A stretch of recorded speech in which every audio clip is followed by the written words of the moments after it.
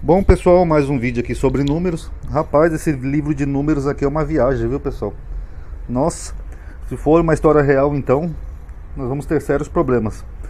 Vamos aqui no capítulo 15, né? Tem aquela passagem famosa de um rapaz que foi pegar lenha no sábado. Estando, pois, os filhos de Israel no deserto, então note que eles estão aonde aqui, segundo o texto? No deserto.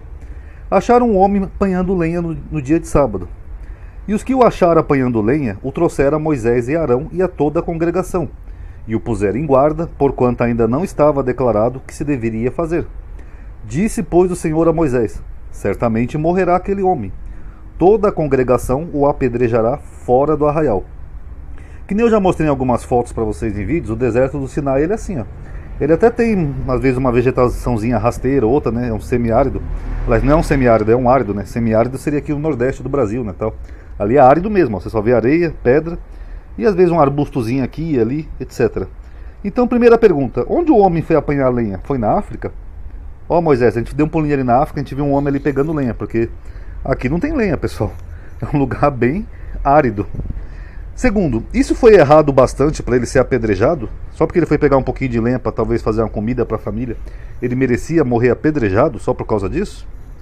Terceiro, por que apanhar lenha no sábado era proibido, mas o apedrejamento não? Porque eles apedrejaram ele no dia de sábado. Apedrejamento também não é um esforço físico, porque a lei do sábado diz que você não pode fazer nada que é um dia de descanso. Então você não pode fazer nada que requer um esforço físico. Então pegar lenha é proibido. Agora apedrejar uma pessoa, tudo bem, de boa. Meio contraditório, vocês não acham?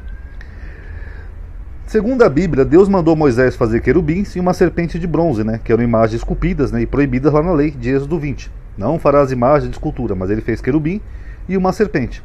Mas manda matar um homem por causa do sábado. Então quer dizer que o sábado era mais importante do que a lei de imagem de escultura.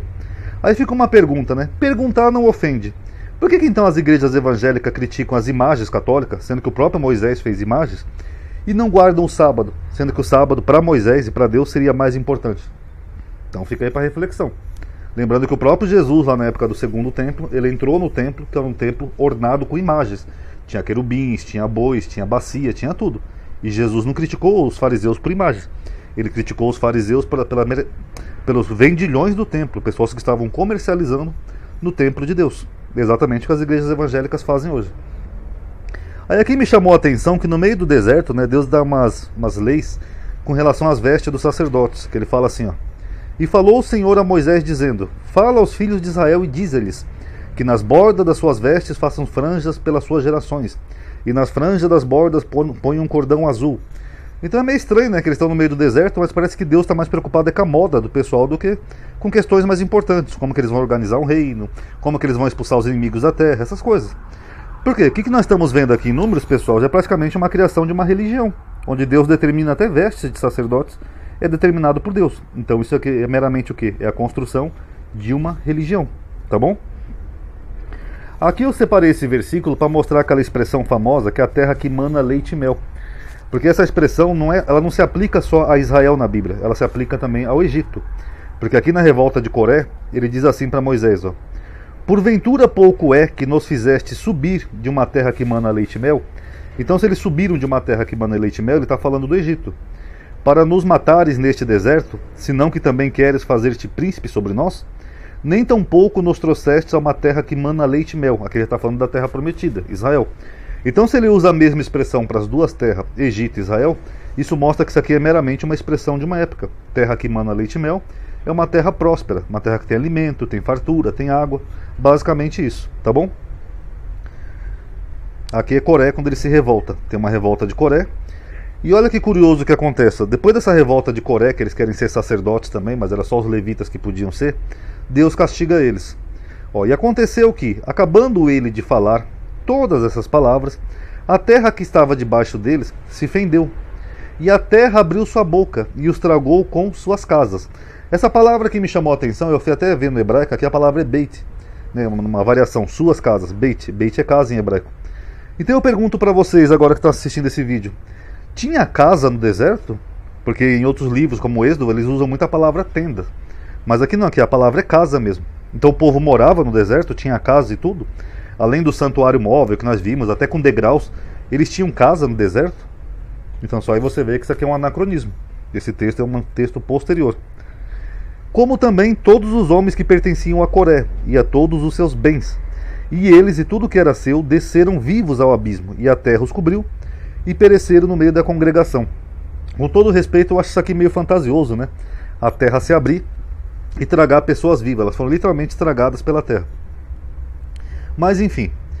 Aí mesmo tragando essas pessoas, logo depois disso, no versículo 35, saiu um fogo do Senhor e consumiu os 250 homens que ofereciam incenso. Quer dizer, uma parte morreu lá tragado pela terra, outra parte morreu pelo fogo. Deus mandou um fogo devorador que matou 250 homens, segundo a Bíblia.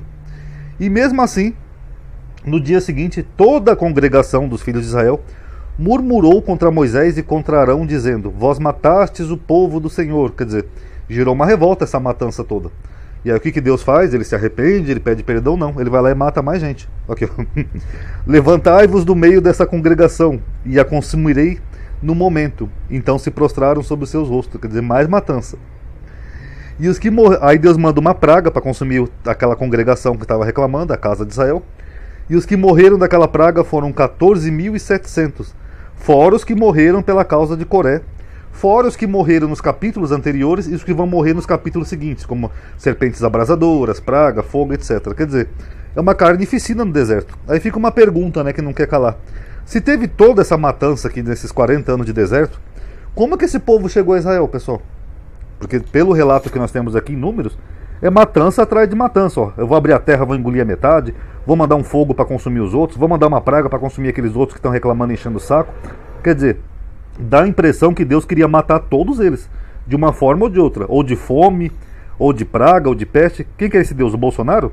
Então, não dá, né, pessoal? Analise aí e tire suas conclusões. Quem puder dar um like aí no vídeo, que vai estar ajudando, aumenta o engajamento, ativa o sininho, etc. Vocês conhecem já. Obrigado por terem assistido. Paz a todos.